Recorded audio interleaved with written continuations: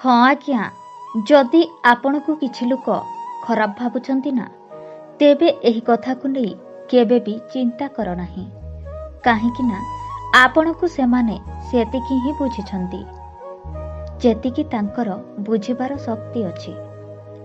बारंबार अपमानित हेबा परे भी जेउ मनीष आपण को छाड़ी चली जाई न थाए एहार माने नुह जे से निर्लज अटे, बरम सत कथा एहा अटे ता जीवन रे ना आपणक स्थान ता इज्जत ठारू बड़।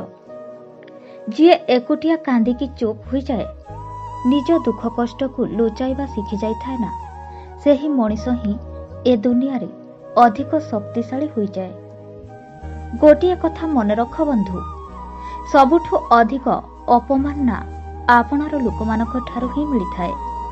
किछि पाइबाकू चेष्टा कर, नहेले किछि हरई दियो, किंतु निज स्वार्थ पाई ना केबे भी कहार व्यवहार कर नाही। संपर्क जदि आवश्यकता ठारू जोड़ा जाई थाए ना तेबे ताहा केबे भी खुशी दिए नाही।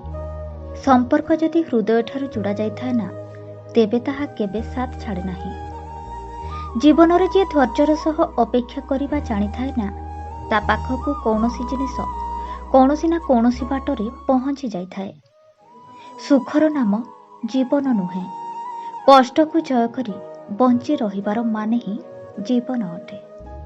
मनीषर वर्तमान स्थिति को देखि तार भविष्यत को केबे भी उपहास कर नाही, कारण भविष्यत पाखरे एते शक्ति अछि जे से कोयला को मध्य हीरा रे परिणत करि दिए।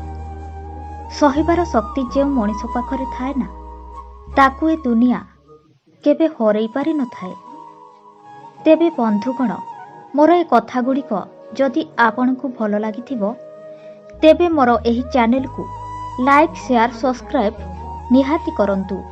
पुणी आसीबी आपण मानक कहण को आउ किछि भल भल कथा नेकी। से पर्यंत पई विदाय दियंतु।